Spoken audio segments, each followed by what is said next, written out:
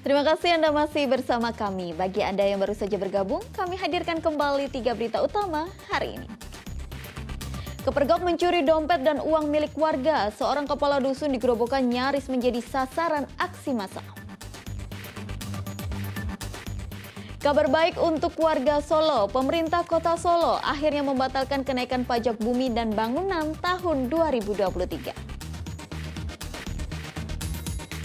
Jadi penghasil jambu kristal terbaik, Desa Jeruk Gulung di Kabupaten Demak akan menjadi desa argo wisata.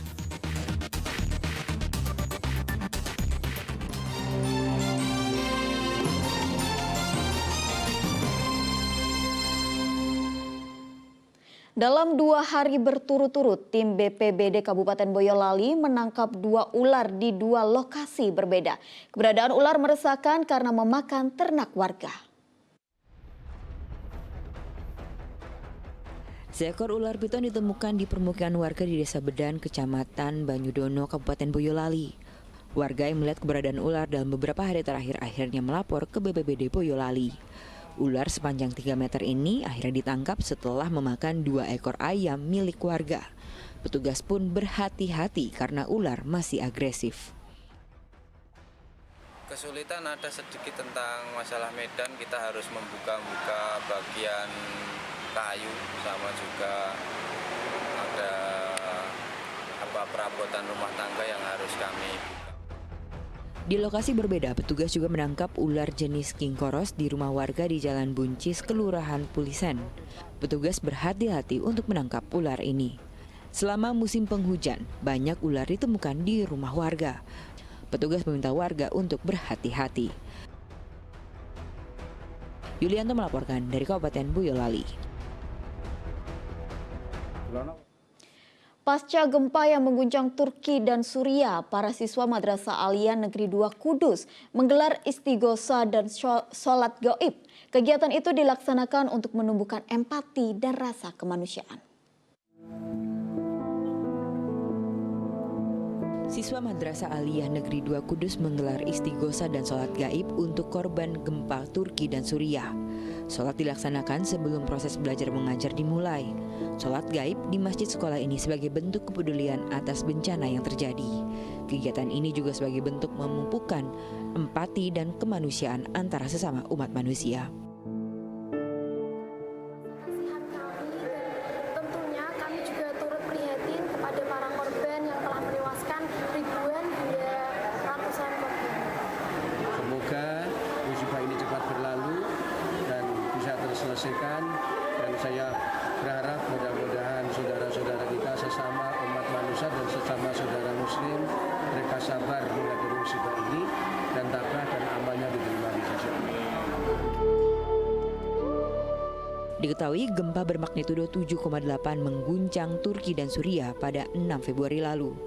7.200 orang meninggal dalam bencana ini. Proses evakuasi masih berlangsung karena masih banyak warga yang terjebak dalam reruntuhan bangunan. Arif Nur melaporkan dari Kabupaten Kudus. Tertangkap ugal-ugalan membawa penumpang. Sejumlah pengojek dikumpulkan Polres Demak. Rencananya mereka akan dibina terkait keselamatan berlalu lintas. Bertepat di pendopo Mapolres Demak, pelaku jasa angkutan umum dikumpulkan untuk dibina. Tak hanya pengojek, warga yang punya usaha andong dan becak juga dikumpulkan. Mereka akan ikut sosialisasi terkait cara berlalu lintas yang aman, sehingga tidak membahayakan penumpang atau pengendara lain. Sebanyak 1.000 pelaku jasa angkutan umum di wisata religi sengaja dikumpulkan setelah adanya laporan terkait pengojek yang ugal-ugalan membawa penumpang. Lewat pelatihan ini diharapkan bisa menciptakan lalu lintas yang kondusif di tempat wisata di Kabupaten Kudus. Kita juga sudah menyiapkan simulasi dan praktek terkait dengan safety riding yang nanti akan disosialisasikan atau dilakukan oleh personel kita dari Polantas, dan juga nanti tukang ojek masyarakat yang hadir di Polres ini dapat mempraktekkan langsung ya dengan adegan yang sudah kita persiapkan. Sebagai penghasil jambu kristal terbaik, Desa Jeruk Gulung di Kabupaten Demak akan menjadi desa argowisata. Desa juga memiliki lahan seluas 6 hektar yang ditanami 35 macam buah-buahan. Meski namanya Desa Jeruk Gulung, desa ini merupakan penghasil jambu kristal terbaik di Jawa Tengah.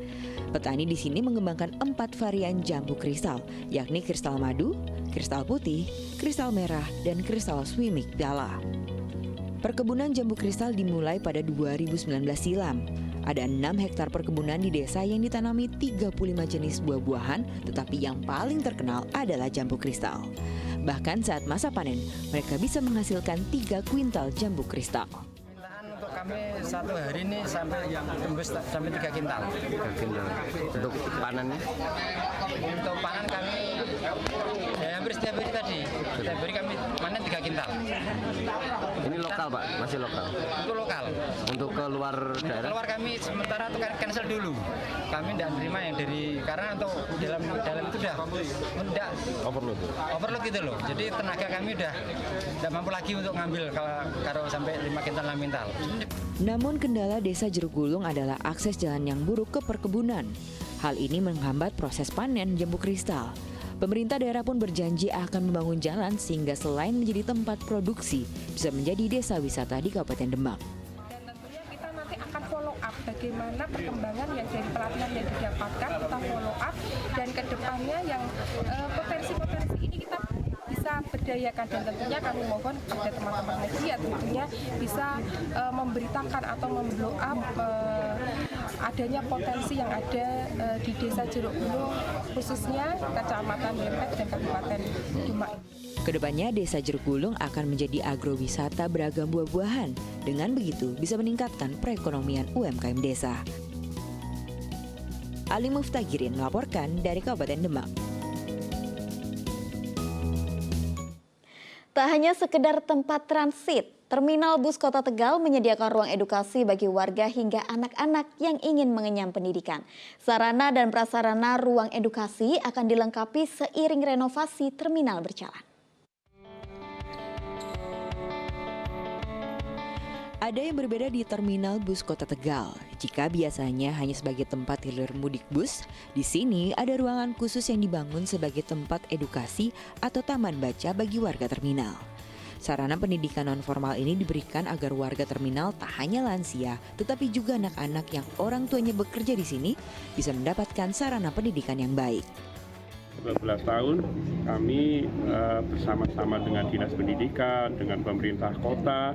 Sekarang karena tim A masuk ke Kemenhub, berarti kami dengan pusat langsung akan tetap menyelenggarakan mengedukasi masyarakat pendidikan di sekitar terminal.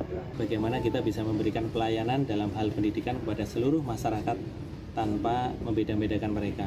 Dan masyarakat terminal ini berbeda dengan yang lain, mereka dari kondisi-kondisi tertentu yang mereka tidak bisa mengenyam pendidikan di jenjang sekolah formal.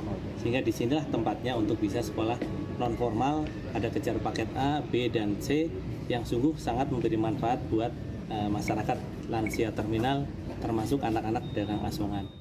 Hadirnya taman bacaan di unit pelayanan Terminal Bus Kota Tegal diharapkan bisa menjadi percontohan bagi terminal lain di seluruh penjuru negeri. Untuk mengembangkan sarana pendidikan mulai dari tingkat anak-anak usia dini sampai anak-anak usia sekolah SD sampai ke SMA ya, sampai untuk memfasilitasi anak-anak yang tidak bisa sekolah secara langsung. Ini kan tadi saya dengar ada anak-anak pedagang asongan seperti itu. Nah, ini dan kami juga menyambut baik. Nantinya ruang edukasi akan dilengkapi sarana dan prasarana memadai agar nyaman untuk belajar. Diketahui Terminal Bus Kota Tegal dalam proses renovasi dan rencananya akan rampung tahun ini. Sugiartono melaporkan dari Kota Tegal.